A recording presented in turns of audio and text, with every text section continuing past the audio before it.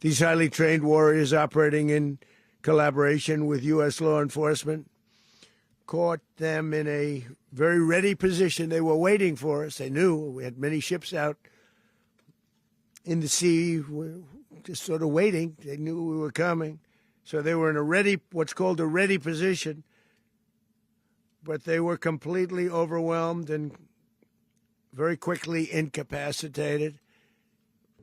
No nation in the world could achieve what America achieved. Not a single American service member was killed, and not a single piece of American equipment was lost.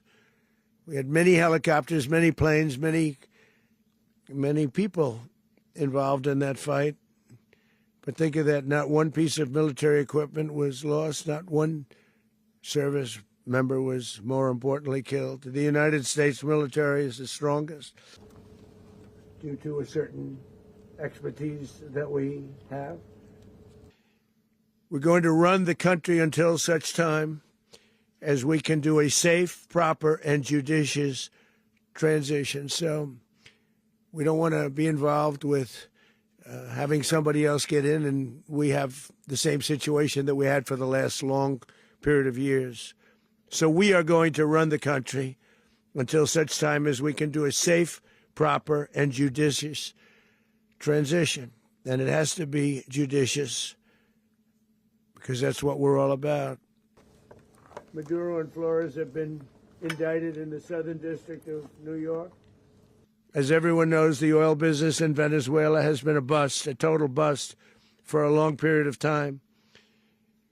They were pumping almost nothing by comparison to what they could have been pumping and what could have taken place. We're going to have our very large United States oil companies, the biggest anywhere in the world, go in, spend billions of dollars, fix the badly broken infrastructure, the oil infrastructure, and start making money for the country. And we are ready to stage a second and much larger attack if we need to do so. So we were prepared to do a second wave if we needed to do so. We actually assumed that a second wave would be necessary, but now it's probably not.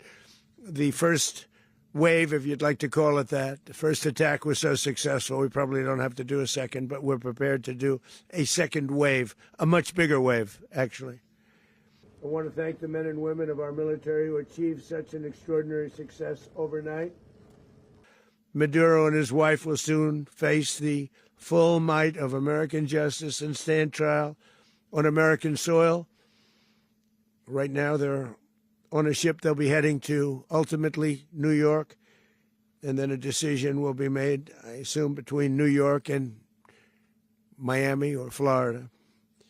The illegitimate dictator Maduro was the kingpin of a vast criminal network responsible for trafficking colossal amounts of deadly